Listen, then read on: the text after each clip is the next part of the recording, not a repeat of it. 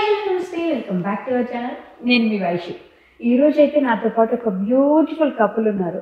వాళ్ళ గురించి చెప్పాలంటే మనోధైర్యంతో ఆవిడ, గొప్ప మనసుతో ఆయన మనందరికీ చాలా చాలా నచ్చేసారనమాట. ఇన్స్టాగ్రామ్లో ఈ మధ్య బాగా ట్రెండ్ అవుతున్నారు కదా. సో వాళ్ళైతే నాతో పాటు ఉన్నారు. చాలా చాలా విషయాలు అయితే మాట్లాడేద్దాం. హలో అండి, హాయ్, నమస్తే, ఎలా ఉన్నారు? నమస్తే. బాగున్నారా? బాగున్నా. ఫస్ట్ ఏంటి ఇంత దిష్టి ఉంది? చాలానే దిష్టి పెట్టేస్తున్నారు ఇన్స్టాలో, మీకు బాగా ట్రెండ్ అవుతున్నారు కదా. లేదు, అది దిష్టి ఎందుకు అనుకోలేదు, వాళ్ళ ప్రేమ కదా. వాళ్ళ ప్రేమ కవరింగ్, అది కవరింగ్. మీ ఇద్దరు ఇంతేనా? అంటే తను ఏదో ఒకటి కామెంట్ చేయండి, కొట్టుకుంటూనే ఉంటారు. ఈ ప్రేమ పావురాలు ముందు ఎక్కడ ఎగరడం ప్రారంభించాయి తెలుసుకోవచ్చా? నేను ఫేస్బుక్ లో ఎగిరారా ఇద్దరు? ఎన్ని సంవత్సరాల క్రితం? 4-5 years బ్యాక్. 5 years అంటే తినే ప్రపోజ్ చేసిన 3 years తర్వాత మా పెళ్ళి అయింది. 3 months పట్టింది యాక్సెప్ట్ చేయడానికి. 3 months పట్టింది యాక్సెప్ట్ చేయడానికి. అంటే భయం కదా. అంటే అందంగా ఉన్న అమ్మాయిలు అందరినీ వదిలేసి తినేందుకు నేను నచ్చానని చెప్తున్నాడు. ప్రపోజ్ చేశారు. ఓకే. తర్వాత నా పిక్ పంపించాను, ఇది నేను ఇలా ఉంటాను అంటే. సో తను అదే చెప్పాడు, లేదు ఫోటోలో కెమెరా ప్రభావం వల్ల కొంచెం బాగా కనిపిస్తున్నానేమో అని చెప్పేసి. ఓకే. యాక్చువల్లీ మమ్మీ వాళ్ళకి ఇప్పటి వరకు తెలియదు, పెళ్లికి ముందు తిన్నది కలిసానని ఇక్కడే చెప్తున్నా. ఓ అయితే ఒకసారి మీట్ అవుదాం, తర్వాత కూడా నీ డెసిషన్ ఇలాగే ఉంటే అప్పుడు ఆలోచిద్దామని చెప్పేసి నేను హైదరాబాద్ నుంచి అమలాపురం వచ్చాడు. అమలాపురం. ఫేస్బుక్ లో అసలు ఎలా పరిచయం అయ్యారు ఒకరికొకరు? గొడవలో కామెంట్స్లలో తిను మా ఫ్రెండ్ తిట్టాడు. ఒక గ్రూప్, మా ఫ్రెండ్ ఒక గ్రూప్ ఉండే. ఓకే. వాళ్ళెవరు అతను ఉండేసి నేనంటే కొంచెం లైక్ అన్నమాట. నేను ఒక తమ్ముడికి లాగా. ఓకే. అయితే మామ నువ్వు ఉండు అడ్మిన్ గా అంటే, ఈమె అడ్మిన్ అదే గ్రూప్ కి, నేను అడ్మిన్. ఇంకా ఫ్రెండ్స్ అవుతుంటే అందులో ఒక మెంబర్ ఉండేసి మా ఫ్రెండ్ని ఉండేసి తిట్టాడు అనమాట. ఇక ఉంటాయి కదా నెగిటివ్ కామెంట్స్. తిట్టాం కానీ నేను మరి దారుణంగా తిప్పాలి. అక్కడికి వీరెవరో నన్ను ఇలా తిట్టేస్తున్నాడు, అలా తిట్టేస్తున్నాడు, అతనితో పాటు ఇంకో 10 మంది వచ్చి తిడుతున్నారు అని చెప్పేసి అని ఈమెకి వెళ్ళి చెప్పాడు. ఇక ఏమో ఝాన్సీ రుద్రమ్మ అనమాట. అప్పుడు కత్తి లేదు, వచ్చేసి ఏంది ఎందుకు తిడుతున్నావు అనగానే ఇక ఈమెను కూడా 2 అమ్మాయిలు వచ్చేసి ఈమెను తిట్టారు. ఎవరు మీరు పలానా ఎక్కడ అంటే నా పేరు చెప్పారు వాళ్ళు. మెయిన్ క్యాండిడేట్ ఎవరు అంటే నా పేరు అనగానే ఇక నా దగ్గరకు వచ్చి, అరే ఏమనుకుంటున్నారా నువ్వు అది ఇది అంటే, మేడం మిస్ నాకు తెలుసు, వాళ్ళు మీదని తెలీదు, నేను ఆఫ్లైన్ వెళ్ళిపోయాను, నేను చెప్తాను అని చెప్పి ఒక పోజిటివిటీ మన ఫ్రెండ్ ఆమె అయితే తప్పేం లేదు, మొత్తం క్యాండిడేట్ విడుదలైజేషన్ అనగానే నా నెంబర్ పెట్టిన. నాకు చాటింగ్ కుదరదు అని అన్నది. నాకు మా ఫ్రెండ్ చెప్పాడు చాటింగ్ చేయలేదు ఈమె, ఇలా ఫైర్ యాక్సిడెంట్ అయింది అంటే సరే అని చెప్పి నెంబర్ పెట్టేసిన. పెట్టంగానే ఫోన్ చేసి ఇక వేసుకుంటూనే ఉంది నన్ను ఫోన్లో. రే అంటుంది. ఇంకా అమ్మ నీ కాలు మొత్త అమ్మ తెల్లి అనగానే ఆగింది. ఆగానే ఇంకా మాట్లాడి చెప్పంగానే ఇంకా మా ఫ్రెండ్ వాళ్ళ లవర్ ఎవరైతే నన్ను తమ్ముడు అంటాను ఆమెకు వచ్చేసి ఏ మంచోడు అట్లా ఏమన్నాడు, ఏం తిట్టకు అది ఇది అని చెప్పి కూల్ అయిపోయింది. అక్కడి నుంచి ఫ్రెండ్స్. కూడా గొడవ మంచిదే కదా, బాగా పని అయింది. బాగా పని అయిందా? ఇలా అయినా కూడా నాకు ఏదైనా ఒక మంచి జరిగింది అంటే అది తిన పరిచయం అవ్వడమే నిజంగా నా లైఫ్ లో. అంటే గొడవ తర్వాత ఎలా మళ్ళీ పరిచయం ఏర్పడుతున్నారు? జస్ట్ మనం ఫోన్ వచ్చిన తర్వాత కలుపుడే. అప్పట్లో ఫేస్బుక్ అంటే ఇంకా అదే పని అట్లా. 2019-18 ఆ టైంలో ఇంకా మా ఫ్రెండ్ చెప్పిండు, అమ్మాయి మంచిదేరా కాకపోతే ఫైర్ యాక్సిడెంట్ జరిగింది ఇట్లా అయిపోయింది అంటే. నేను కూడా ఫెయిల్యూర్ అంతకుముందు. అయితే అది కాదునా అందం కాదు, మంచి ఉన్నోళ్ళే ఆమె ఫోటో పెట్టుకోదు, ఏం లేదు, అట్లాంటి మంచి పర్సన్ ఒకసారి మాట్లాడదా అని చెప్పి మా ఊళ్ళో రోజంతా మాట్లాడుకున్నాం.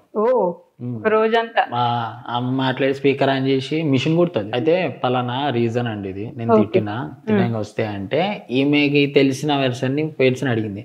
అన్న ఇట్లా నాగేష్ అంటే ఎవరన్నా ఇట్లా గొడవకి వచ్చిండు అంటే, మనోడే అమ్మ ఫ్రెండే, ఏమి అనవసరంగా రాడు గొడవలకి, ఏదన్నా ఉంటేనే వస్తాడంటే సరేగా అని చెప్పేసి కలిసినాం, మాట్లాడుకున్నాం రోజంతా. వాడిది మిస్టేక్ అని తెలిసిన తర్వాత పొయ్యి అని దులిపింది, నా పని కూడా చేసింది, ఏడ తగ్గేదేలే. అట్లా ఫ్రెండ్ అయిపోయిన తర్వాత ఇంకా నా గురించి అడిగితే నేను చెప్పిన ఫోన్లోనే ఫోన్లోనే అయిపోయింది. ఇదంతా కలిసి తెలుసుకున్న తర్వాత 2 months కి ప్రపోజ్ చేస్తాం. 2 months కి మీరు ప్రపోజ్ నేను ప్రపోజ్ చేసిన. ఫేస్బుక్ లోనే. అది ఎట్లా అంటే కాళ్ళు మొక్కించుకొని ఏళ్ళు మొక్కించుకొని ఎన్నంటే అన్ని నిమిషాలు పెట్టి ఒప్పుకునేదాకా ఎప్పుడు ఒప్పుకోలే. అయితే ఈమె పరిచయం అయిన 6 నెలలకి ఇంకా నా మీద కంప్లైంట్లు. ఒకరోజు మా మమ్మీకి కూడా ఫోన్ మమ్మీ ఎత్తింది. పంపిద్దాం, అమ్మా చూడమ్మా వాడు ఇప్పుడే ఇట్లా తాగి ఇట్లా గొడవలు పెట్టుకుంటున్నాడు, పెళ్లి చేసిన తర్వాత ఏందని. అదే లాస్ట్ ఒక వంశం ఇంకా మా మమ్మీతో కాల్లో మాట్లాడడం. అది జరిగిన వెంటనే 6 నెలలకి మా అమ్మ చనిపోయింది. అన్హెల్దీ, కిడ్నీస్ 2 ఫెయిల్ అయిపోయినాయి. ఏం లేదు. ఇక మా మమ్మీ చనిపోయిన తర్వాత ఇంకా నాకు ఏం అర్థం కాలేదు.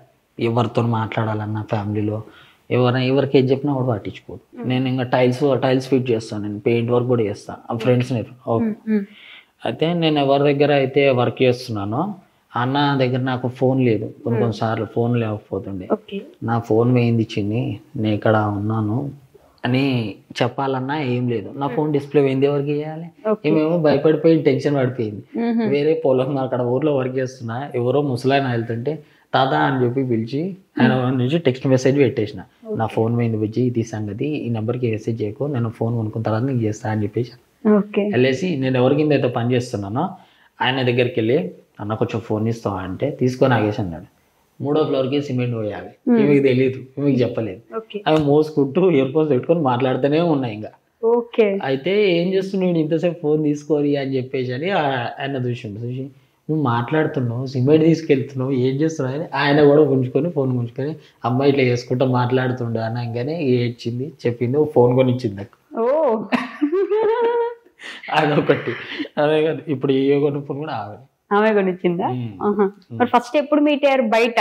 చనిపోయిన 3 monthsకి ఇంకా బర్త్డే చేసుకోవద్దు, ఏం చేసుకోవద్దు, మా రిలేషన్లో ఒకరిది పెళ్ళి వచ్చింది.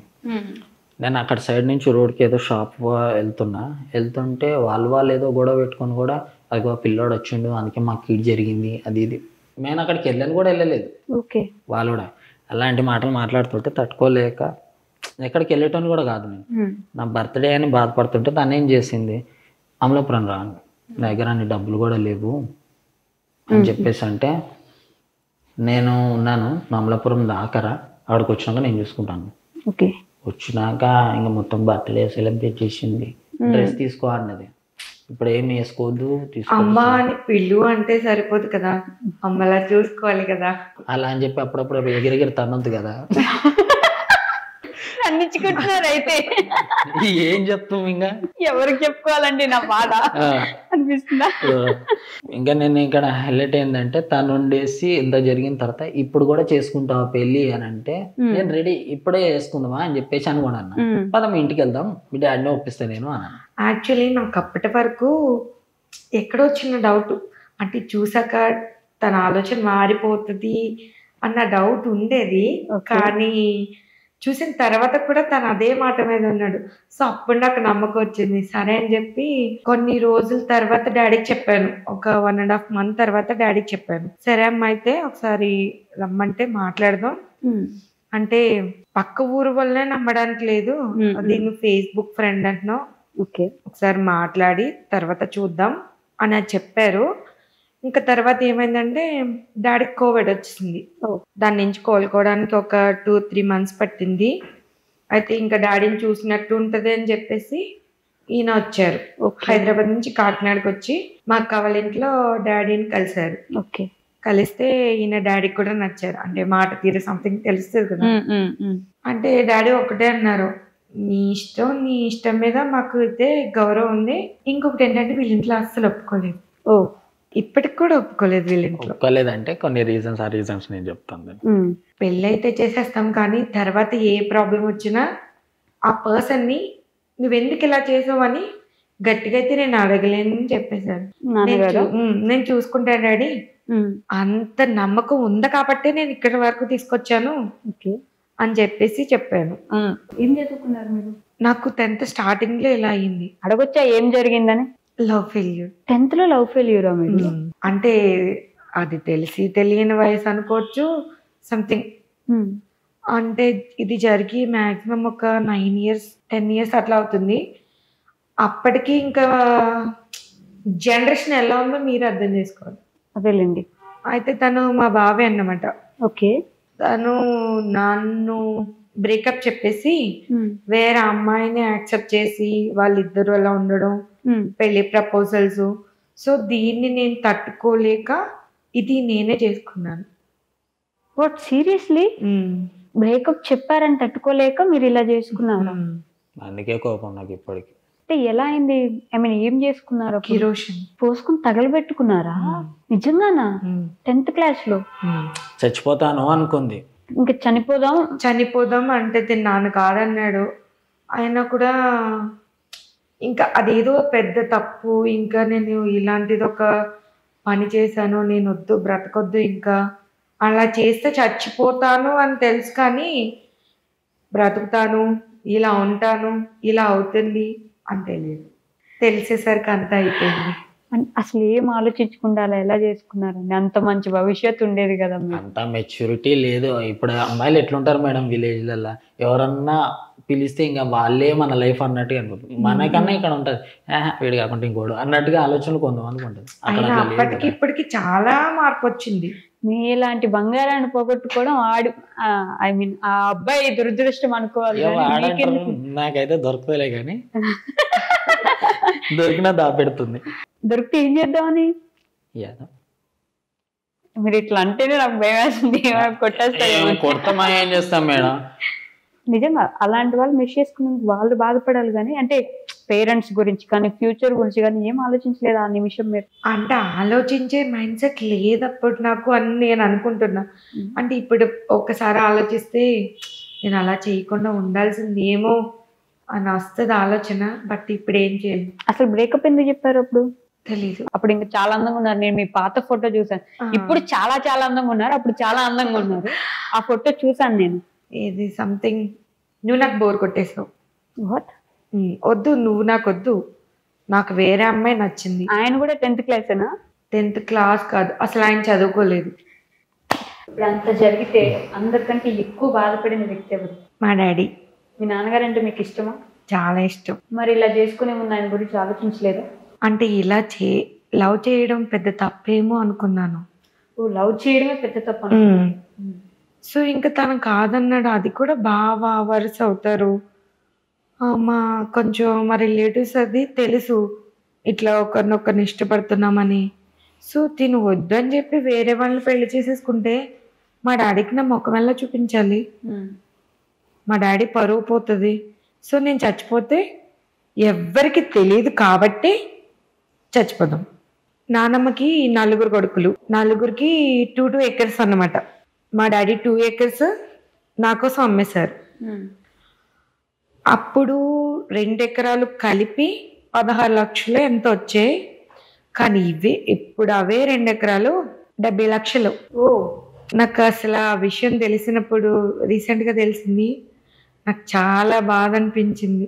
మా డాడీ ఇంకా ఉన్న సర్వం మొత్తం అమ్మేసి నన్ను హాస్పిటల్లో బాగు చేయించారు. అంటే ఎవరు ఆపారు? మీరు కృష్ణాలు పోసేసుకుని తగలబెట్టేసుకున్నారు కదా, అసలు ధైర్యం ఎలా వచ్చిందో మీకు? నేను ఆలోచించడానికి కూడా భయంకరంగా ఉంది నాకు. సో ఎవరు ఆపారు మిమ్మల్ని ఆ టైంలో? నాకు తెలీదు. మా పెద్దనాన్న మా అన్నయ్య ఆపారు అని చెప్పారు. వాళ్ళకి కూడా మొత్తం చేతులు అవన్నీ కాలిపోయాయి అని చెప్పారు. మా పెద్దనాన్నకైతే ఇక్కడ కొంచెం కాలిపోయిందని చెప్పేసి చెప్పారు. అప్పటికే నేను ఫుల్ ఇంకా మొత్తం హాస్పిటల్ నుంచి బయటకు రావడానికి 9 months పట్టింది. 9 months కూడా ఒక రోజు మా డాడీ, మా మమ్మీ, ఇంకా మా రిలేటివ్స్ కూడా చాలా మంది ఉండేవాళ్ళు. ఒక పూట తింటూ అసలు నైట్ టైం అస్సలు నిద్ర ఉండేది కాదంట. 9 months కూడా. ఇంకా ఈ టాపిక్ ఎవరికైనా చెప్తుంటే మా అమ్మ ఇంకా ఆటోమేటిక్గా ఏడ్చేస్తుంది. అంత పెయిన్ఫుల్ సిచ్యువేషన్ అది. మొత్తానికైతే 9 months తర్వాత వచ్చేసాను.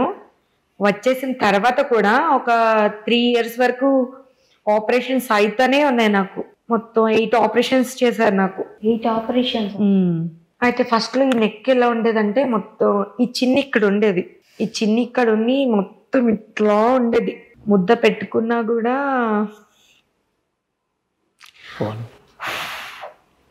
అన్నం పెట్టినా కానీ ఇట్లా జారిపోవడం అనేది తెలుసుకొని వాళ్ళ ఫాదర్ ఏడ్చేవాళ్ళు, వాళ్ళ మదర్ ఏడ్చేవాళ్ళు. అండ్ ఇంకోటి ఏంటంటే మేము బతికి వేస్ట్, ఇంజెక్షన్ ఇచ్చి చంపేస్తామని చెప్పేసి అన్నారు హాస్పిటల్లో. అయితే ఇంకా వాళ్ళ డాడీ వీళ్ళ ఇన్ఫ్లుయెన్స్ యూజ్ చేసి ఓసారి బయటికి తీసుకొచ్చేసాడు. ఎలాగైనా సరే నా కూతురు నాకు కావాలి అని చెప్పాను.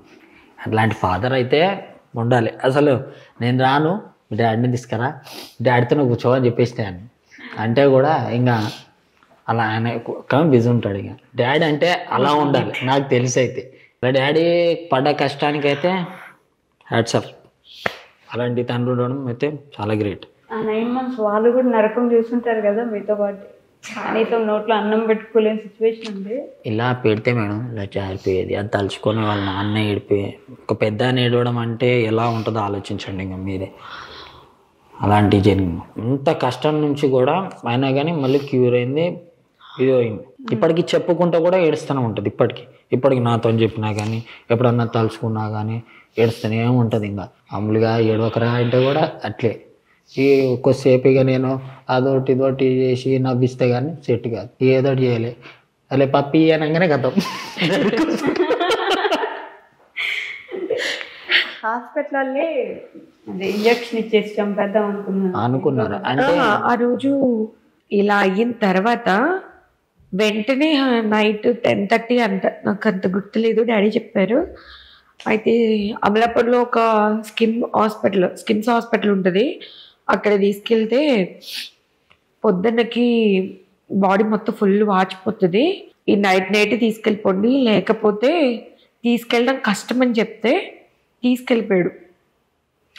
గవర్నమెంట్ హాస్పిటల్ ఉంటుంది కదా, అంటే నేను ఎంత లావుగా వాచిపోయిందంటే బాడీ, ఒక బెడ్ సరిపోలేదు, ఒక 2 మంచాలు కలిపి వేసారనమాట. వేస్తే అక్కడ 3 days ఉంచారు. 3 days ఉంటే ఆ 3rd day సాయంత్రం చేసేస్తారంటే ఇంజక్షన్.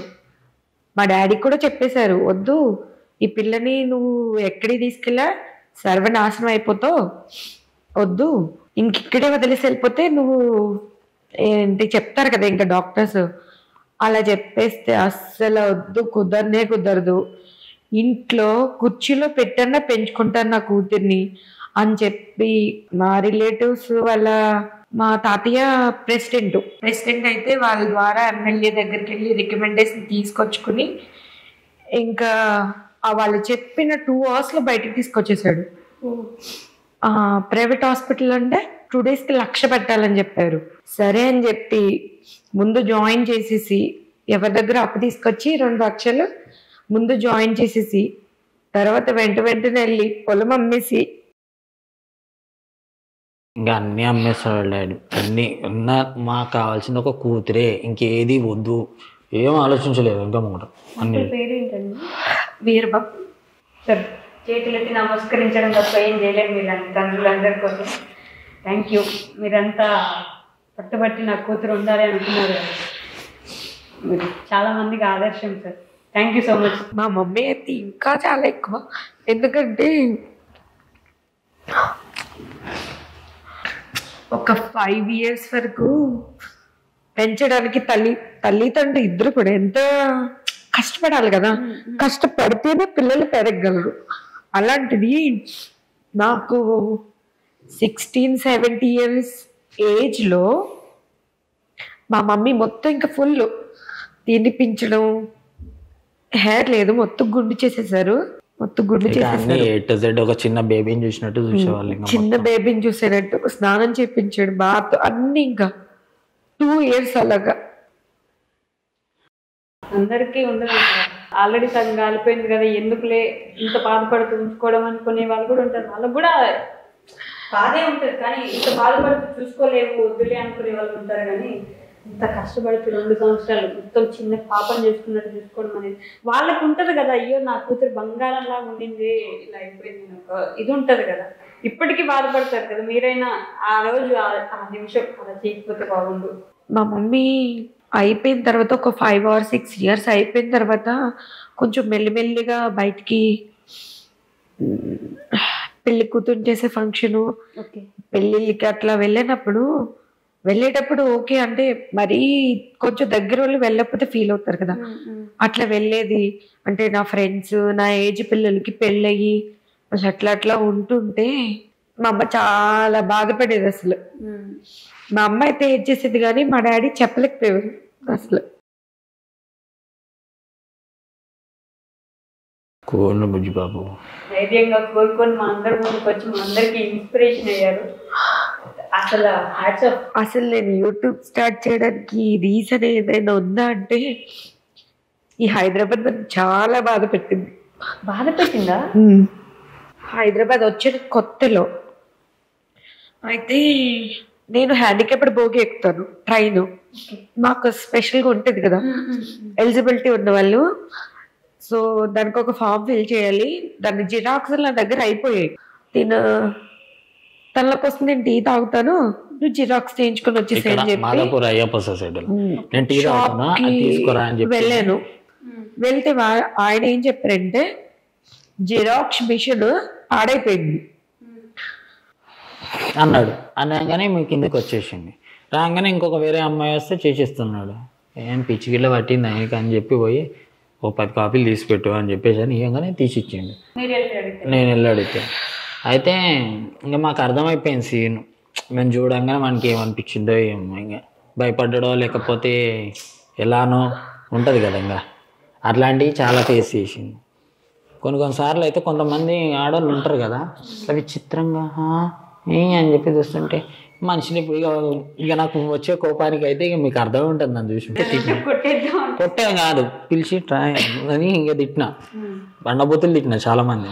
మనిషి కాదని ఇంట్లో కూడా ఇట్లా ఉంటే ఏం చేద్దాం మరి. అలాగే ఏంటంటే బయట ఎవరినన్నా చూస్తే మాలాంటి వాళ్ళని చూస్తే అబ్బా ఎంత మంచి గుర్రు అని అంటారు.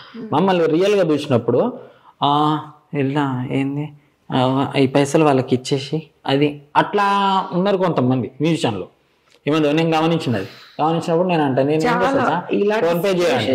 చాలా ఫేస్ చేశాను నేను హైదరాబాద్ వచ్చాక. ఒక రోజు అయితే లేడు, బాగా తలనొప్పి వస్తుంది. అప్పటి వరకు ఇంకా బయటకు వెళ్ళాలంటే చాలా భయం వేసింది నాకు. అసలు ఎవరు ఎలా తీసుకుంటారో అని చెప్పేసి పాల ప్యాకెట్ తీసుకోవడానికి వెళ్తే ఆవిడ నాకు చేతికి ఇవ్వలేదు, ఇలా పక్కన ఇట్లా పెట్టేసింది, డబ్బులు కూడా అక్కడ పెట్టేసి వెళ్ళిపోవని చెప్పింది. ఎంత ఘోరంగా ఉన్నారంటే ఆన్లైన్ లో చూసినప్పుడు ఎంత బాగా కామెంట్ పెట్టి ఎంత బాగా మాట్లాడతారు. పేరుకే మేడం మాటలు, కానీ నిజ జీవితంలో మేము ఎదుర్కొంటాం అయితే ఇవే. లేదు లేదు లేదు అలా కాదు, తప్పు, అసలు మాట తప్పు. అందరూ కాదు, అందరైతే కాదు, కొందరు. అంటే మీరు మాత్రం మనిషి కాదా? మీరేమో అంటారు వల్ల ఎందుకలా? వాళ్ళ మనసులో ఏముందో మాకేం తెలుసు. ఆన్లైన్ లో ప్రేమ చూపించి బయట నటించే వాళ్ళందరికీ అంటే నాకు అర్థం కాదు. మనుషులు అంటే మనుషుల తీరులో చూడరా అండి జనాల్ని? వాళ్ళు ఏమైనా పైనుంచి దిగొచ్చారనుకుంటారా, లేకపోతే మీకు వాళ్ళు ముట్టుకుంటేనో వాళ్ళు పట్టుకుంటేనో మీకు ఏమైనా అయిపోద్ది అనుకుంటారా? ఇలా ఉన్న వాళ్ళందరూ కనిపిస్తే వాళ్ళకి ఏదైనా అయితే బాగుండి అనిపిస్తారు. ఎవరైనా చేస్తున్నారంటే ఎవరు చేసుకున్న దానికి వాళ్ళే అనిపిస్తారు మేడం. మనం ఎవరం చెప్పడానికి, మనం కోరుకోవడానికి, మనకే లైట్ తీసుకుంటాను. ఎవరైనా ఎక్కువ తక్కువ మాట్లాడేదని షాప్ అదే జిరాక్స్ సెంటర్లో వాడు నాకు ఇచ్చిండు, అమ్మాయి వస్తే అడిగితే లేదన్నారంట కదా అంటే వాడు ఏం మాట్లాడలే. వాడు 10 అడిగాడు, నేర్పి ఇట్లా ఇసురు కొట్ట చేతికేలే ఇసురు కొట్టొచ్చును, డబ్బులు ఇసురొద్దు అంటారు కానీ ఇసురు కొట్టొచ్చును.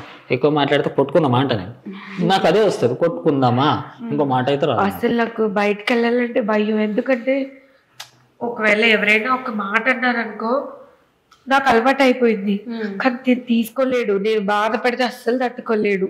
అసలు ఇంకా బయటకు వెళ్దామని చెప్తాడు, వద్దులే ఇప్పుడు వద్దులే అది వద్దులే తలనొప్పి వస్తుందని చెప్పి ఏదో ఒక సాక చెప్పి ఆపేస్తాను.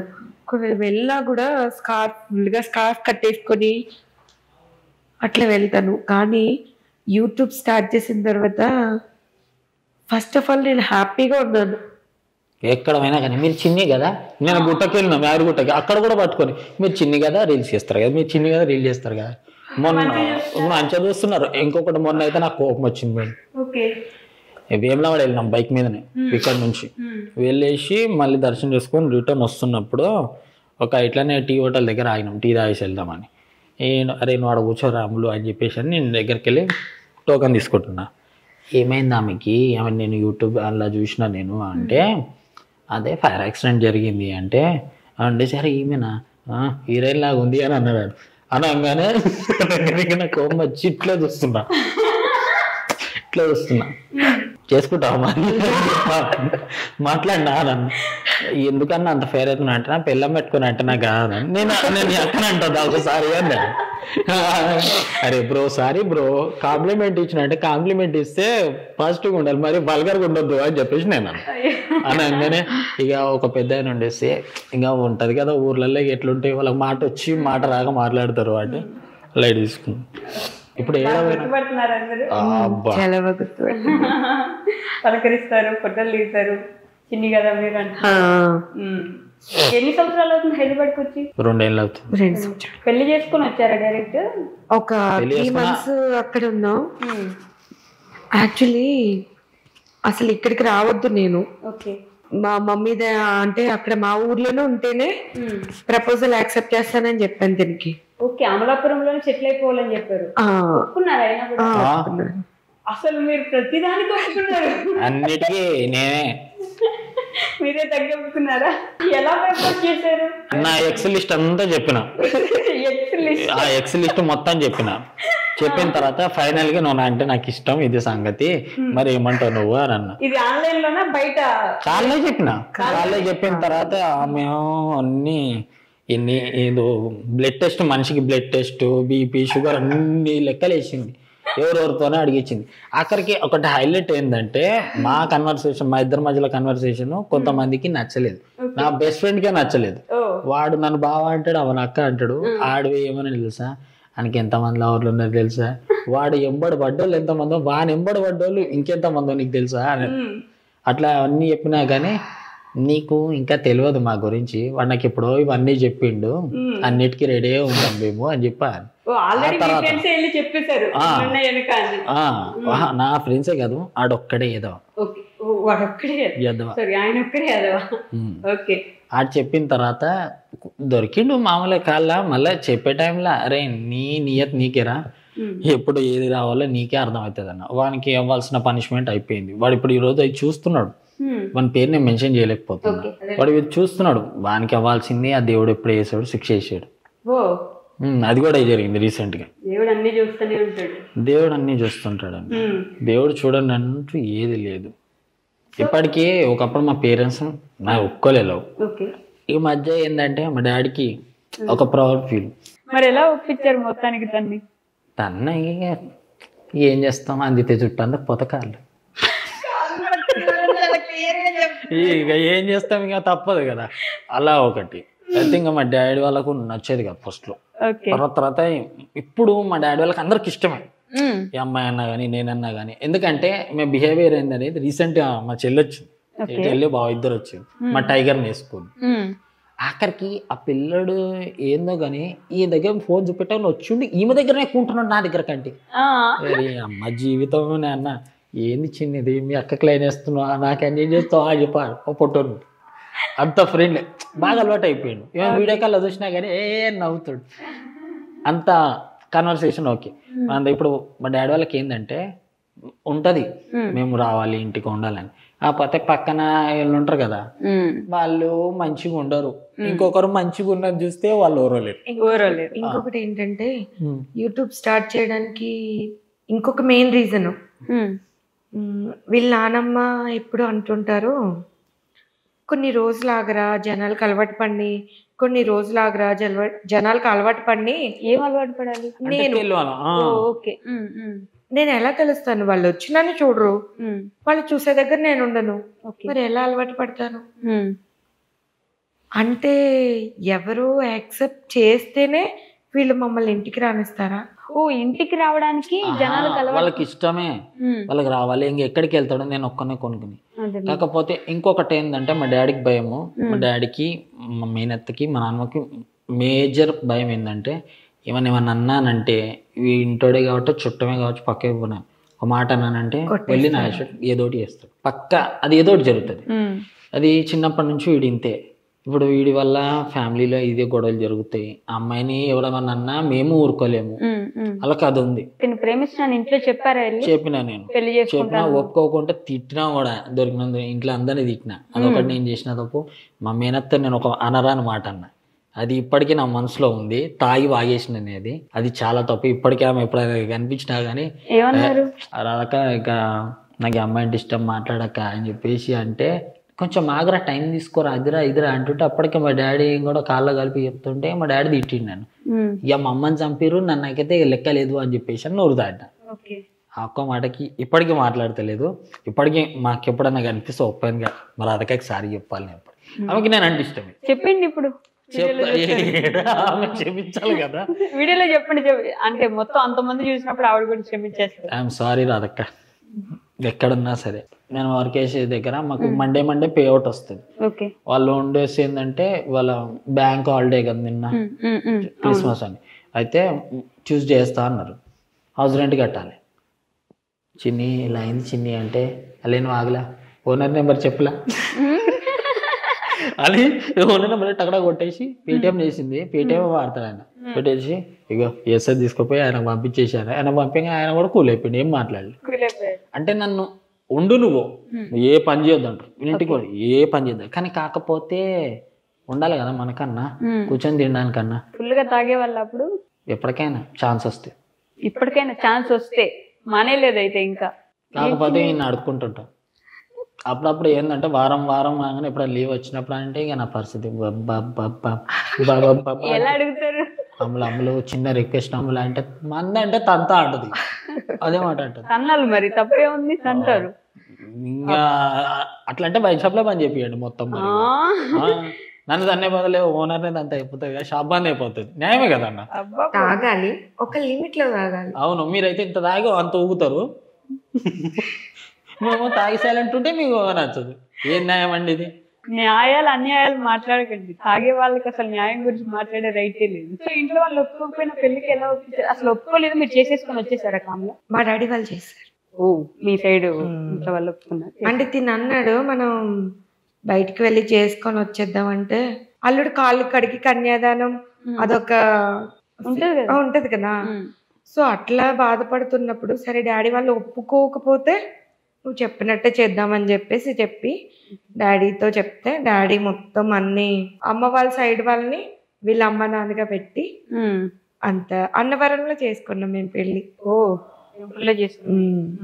మీ సైడ్ బంధువులు అందరు వచ్చారా? మా సైడ్ ఎవరు? మా సైడ్ బంధువులు అందరూ వచ్చారు. ఒక్కడనే కానీ ఒక్కడే అన్న ఫీలింగ్ మా వాళ్ళు ఎక్కడ ఇవ్వలేదు. ఓకే, అస్సలు చాలా బాగా చూసుకున్నాం. మా తమ్ముళ్ళు కానీ అందరూ చాలా బాగా చూసుకున్నారు.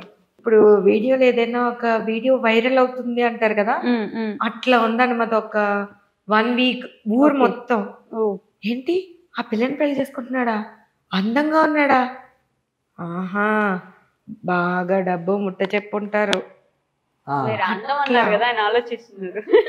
ఏమో మరి అందం అంటే నాకైతే అనిపించలేదు. అందంగా ఉన్నాడు కదా, ఆయన ఆలోచిస్తున్నారు అందంగానే ఉన్నారు కదా.